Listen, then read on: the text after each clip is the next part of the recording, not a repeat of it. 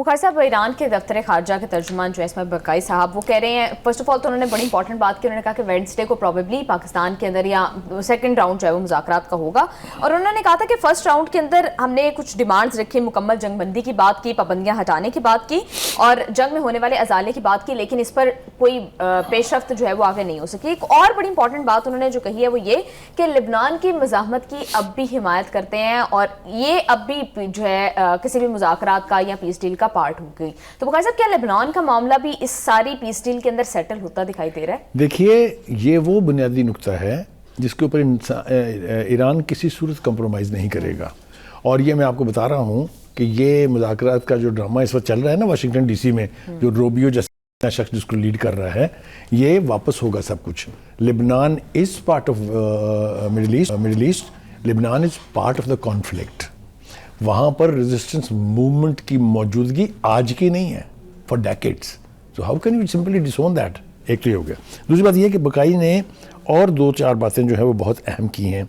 एक तो उन्होंने कहा कि जी इसके बारे में कोई दो राय नहीं है कि अमेरिका और सहूनी रियासत इसराइल ये ईरान से दुश्मनी रखते हैं। कोई दो मतलब इसमें किसी सबूत की ज़रूरत नहीं है।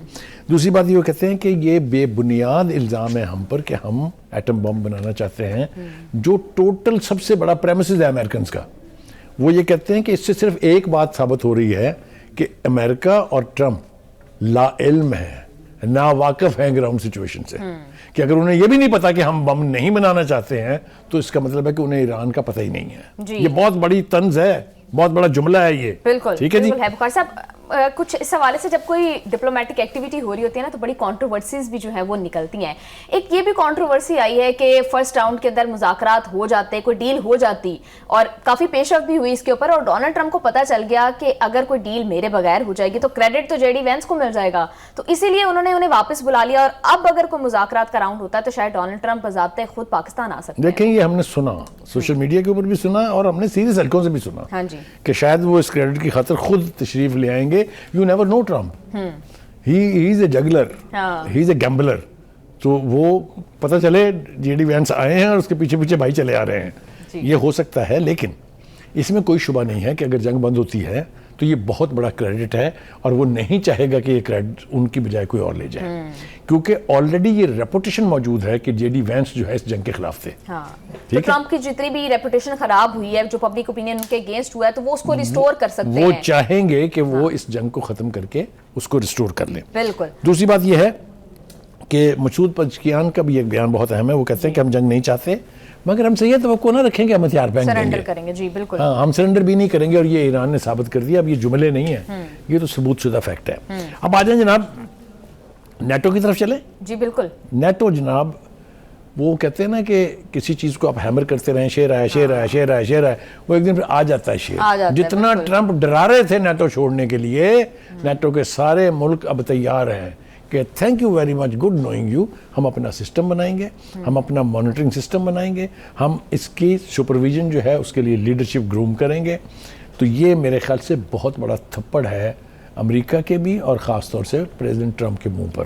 बिल्कुल बुखारी साहब, यूरोप पर क्या इफेक्ट आएगा वो तो एक सेपरेट बात है, लेकिन अमेरिका ने माजी अभी जो एनालिसिस इस जंग के ऊपर भी किया जा रहा है इंटरनेशनल एक्सपर्ट्स की जानिब से, उस पर यही कहा जा रहा है कि माजी की जंगों से ये जंग किस तरह क्यों इतनी मुख्तलिफ साबित हुई, क्यों long term war America afford नहीं कर सका, बिकॉज इसमें यूरोपियन कंट्रीज और नेटो साथ नहीं थी। तो अमेरिका को कितना नुकसान होगा अगर विदाउट अमेरिका? देखिए, हम अपने प्रोग्राम में पहले ये कह चुके हैं कि जो अमेरिका की चौधराहट कायम थी, इसके अंदर नेटो का बहुत रोल है। हाँ। मैंने जंगों के नाम ले लेके बताया था कि कहाँ कहाँ नेटो फोर्सेस जो हैं वो इस्तेमाल हुई हैं। ठीक है, तो कहने का मतलब ये है कि ये ना सिर्फ ये कि नेटो इससे अलग हो रही है, बल्कि जो उसके ट्रेडिशनल रिलायबल एलाइज थे वो एक एक करके सिर्फ साथ नहीं छोड़ रहे हैं, बल्कि look at their language. Italy के प्राइम मिनिस्टर ने सबसे पहला काम क्या किया कि जो इसराइल के साथ दिफाई मुआहदा था उसने कहा फूड खत्म। उसके बाद उसकी तकरीर सुने पार्लियामेंट में क्या की है उसने। तो कहने का मतलब ये, और इसी तरह से कनाडा जिससे 70% उनके बजट का बता लेते थे वो, उसके प्राइम मिनिस्टर की ज़बान सुनी, उसने कहा आज से ख़त्म। स्पेन के प्राइम मिनिस्टर का लहजा सुना उसने, और वो तो एक कदम नहीं 4 कदम आगे जाके चाइना बैठे हुए हैं। How can Trump and America afford this? तो ये जो नुकसान कराया है ट्रंप ने अमेरिका का, इसको अब लगेंगी दहाइयां। वापस तो ये चौधराहट अब आने वाली नहीं है, ये तो बिल्कुल। मैं आपको वसूख से कह रहा हूँ। बुखार साहब, अमेरिका बहुत ज्यादा फाइनेंशियली भी कंट्रीब्यूट करता रहा है नेटो के अंदर, तो क्या विदाउट अमेरिका नेटो और यूरोपियन कंट्रीज की इकोनॉमी जिस तरह से हम देख रहे हैं देखिए decline की तरफ मेरे है? माय डियर गर्ल, ये भिखारी नहीं है।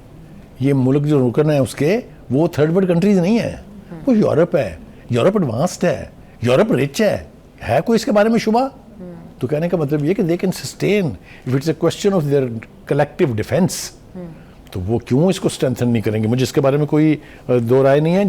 जर्मनी के तो किसी लीडर ने कहा भी है ये कि फंडिंग वंडिंग का इशू नहीं है, ये हम सस्टेन कर लेंगे। तो नेटो